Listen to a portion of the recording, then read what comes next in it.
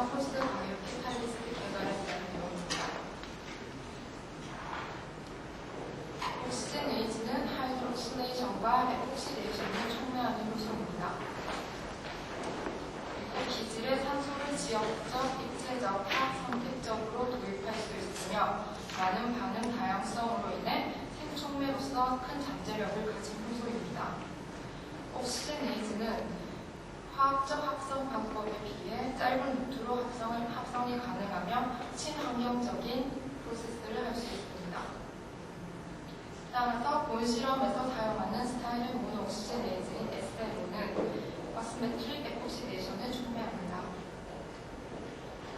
본 그림은 수도모너스 종이 스타일린을 대사하는 과정을 나타낸 그림입니다. 스타일린 모노옥시젠 에이즈는 FAD 디펜던트 하이드록실레이즈와 NADH 플라빈 옥시도 리덕테이즈 인스타일 B 두 컴포넌트로 이루어진 옥시젠 에이즈입니다. 이 두 요소가 유기적으로 반응하면서 스타일린으로부터 스타일린 옥사이드가 생성이 됩니다. 하지만 이 옥시젠 에이즈를 산업화 공정에 적용하기에는 많은 문제점들이 있습니다. 낮은 반응 속도 상수를 가지고 있으며 멀티 컴포넌트 엔자임이라 각 효소들이 균형적으로 발현이 돼야지 활성을 나타내게 됩니다. 그리고 퓨리피케이션을 하였을 때 불안정하며 코팩터의 리저너레이션이 요구되어집니다. 따라서 홀셀을 사용하는 경우가 많습니다.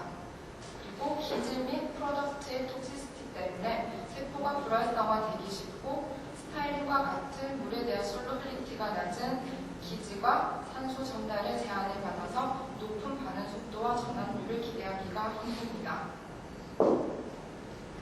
예전 본 실험실에서 T7 프로모터하에서 SMO를 오버 익스프레션 시킨 리콤비넌트 이콜라이를 개발하였습니다. 이것은 플라스미드 맵이고 옆에 보이는 사진은 SDS 페이지 아날리시스 결과입니다. 보면 이 리코미넌트 이콜라이는 120 유니퍼 그램셀이라는 좋은 활성을 가졌지만 SMO 오버 익스프레션으로 인해서 여기 보면 A가 솔루블 프랙션이고 B가 비활성 단백질인 인클루전 바디를 나타내는 그림인데 거의 솔루블 프랙션과 인솔루블 프랙션이 프로테인 양이 거의 동일하게 나오는 것을 확인할 수 있었습니다. 이로 인해 SM 오버 익스프레션으로 인해서 인클루전 바디의 형성으로 셀 메타볼리즘 및 에너지 소모 등이 좋지 않은 영향을 미치는 결과를 초래하였습니다. 그렇다면 어떻게 하면 인솔루블 익스프레션을 증가시킬 수 있으며 인솔루블 익스프레션의 증가로 인해 액티비티가 과연 증가할 수 있을 것인가에 대해서 생각을 해보게 되었습니다. 따라서 본 연구에서는 이콜라이를 수주로 해서 스타일린 모노옥시젠 에이즈와 샤페론을 동시 발현하는 시스템을 구축하여 SMO 액티비티에 어떠한 영향을 미치는지를 알아보았습니다. 이콜라이 내에서 외래 단백질을 발현할 때 특히 오버 익스프레션을 시키게 될 경우 불활성 단백질 봉인 인클루전 바디의 생성이 큰 문제점이 되고 있습니다. 모레큘러 샤페론은 셀 내 프로테인 폴딩 메커니즘에 관여하며 액티브한 단백질을 많이 생산할 수 있도록 해주는 역할을 합니다. 따라서 본 연구에서는 T7 프로모터에서 SMO를 발현하는 플라스미드와 단일 세트의 샤페론 또는 두 종류의 샤페론을 동시 발현함으로써 솔루블한 SMO 발현과 동시에 홀셀 SMO 액티비티를 증가시키고자 하였습니다.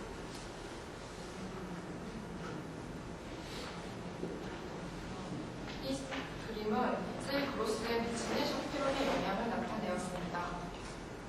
샤페론은 여기 오픈 심볼은 샤페론이 인덕션 되지 않는 균주이고 클로즈드 심볼은 샤페론을 인덕션 시킨 균주입니다. 모든 샤페론을 인덕션 시킨 경우에서는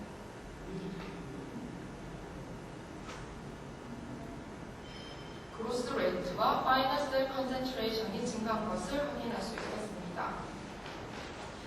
이것은 샤페론이 글로벌리하게 셀 메타볼리즘에 관여한다는 것을 알게 되었습니다. 다음은 본 실험에서 인듀서로 사용하게 되는 IPTG 농도에 따라 활성이 어떻게 달라지는지 확인해 보았습니다. IPTG가 A의 경우에는 1mm이고 B의 경우에는 0.1mm로 인덕션을 시킨 것입니다. 1mm의 IPTG 인덕션 시킨 경우보다 0.1mm IPTG 인덕션을 시킨 경우 모든 스트레인에서 활성이 증가하는 것을 확인하였습니다. 그리고 특히 PGKJE8이라는 이 샤페론이 첨가된 균주에서 180mg/셀 정도의 아주 높은 활성을 확인하였습니다. 따라서 각 샤페론과 코익스프레션한 리콤비넌트의 SDS 페이지 결과를 분석하였습니다. 샤페론이 없는 균주에 비해서 인클루전 바디가 현저히 감소하고 솔루블 프랙션이 증가하는 것을 확인하였습니다. 여기서 A가 솔루블 프랙션이고 B가 인솔루블 프랙션인데 보면 이 뒤쪽은 샤페론이 익스프레션 된 경우입니다. 인솔루블 프랙션에서 이 인솔루블 스타일 A 양이 점점 감소하는 것을 확인하였습니다. 그리고 이를 토대로 프로테인 양을 측정하여 보았더니 PGKJE8에서 인클루전 바디로부터 솔루블 프랙션 리커버리가 가장 많이 일어나는 것을 확인하였습니다. 다음은 앞서 PGKJ8 리코미넌트 활성이 가장 좋았기 때문에 이 균주를 상대로 IPTG 농도와 온도의 영향을 알아보았습니다. IPTG는 0.1mm몰 그리고 1mm몰 사용하였고 온도는 20도씨, 25도씨, 30도씨에서 실험을 하였습니다. 모든 IPTG 농도 세트에서 온도가 낮아지면 셀 그로스 레이트와 파이널 셀 컨센트레이션이 감소하는 것을 확인하였습니다.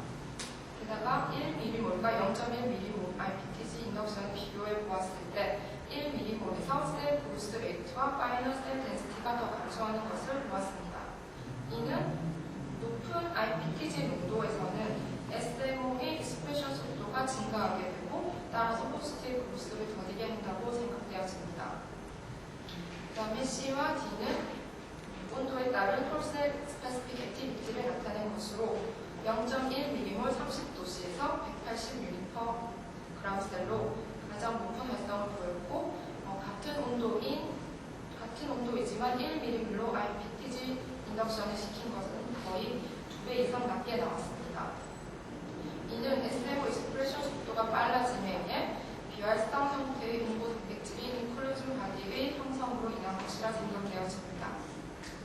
따라서 본 실험의 결과를 종합해보면 SMO와 샤페론 동시 발현 시스템에서는 SMO 익스프레션 속도와 샤페론의 큐퍼빌리티가 케어풀하게 밸런싱이 되어야지 최고 활성을 나타내야 진다고 봅니다.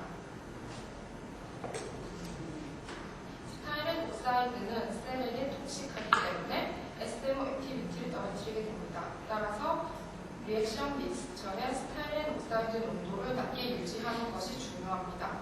따라서 본 실험에서는 투페이즈 워터 올가닉 솔루트 시스템을 적용해서 수용액상에 생산된 스타일렌 옥사이드를 지속적으로 올가닉 페이지로 익스트랙션 시켜줌으로써 SMO 반응을 효율적으로 하고자 하였습니다. 여기서도 마찬가지로 앞서 가장 활성이 좋았던 PGKJE8 리콤비넌트를 가지고 실험을 하였습니다. 여기 클로즈드 심플이 샤페론을 인덕션 시키지 않는 균주이고 오픈 심플이 샤페론이 인덕션된 균주입니다. 샤페론과 함께 익스프레션한 균주가 그렇지 않은 균주에 비해서 170mg/셀로 활성이 2배 가까이 증가한 것을 확인하였습니다. 이 값은 지금까지 개발된 다른 균주에 비해 매우 높은 값입니다. 하지만 이 8시간이 지난 이후 활성이 급격히 감소되는 것을 보실 수 있는데 이것은 반응이 진행됨에 따라 촉매 실험이 일어나기 때문이라고 생각됩니다. 따라서 반응 중 적절한 시기에 SMO와 샤페론 단백질의 리커버리가 필요하다고 생각됩니다. 결론입니다.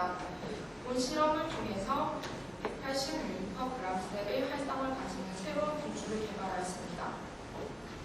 그리고 SDS 페이지 결과 샤페론과 동시 발현하였을 때 스타일 A의 솔루브라폼이 증가하였고 이로 인해 활성이 증가되었습니다. 또한 샤페론은 SMO의 솔루브라폼으로의 리커버리뿐 아니라 셀 전체에 영향을 미쳐 성장 속도도 증가하게 되었습니다.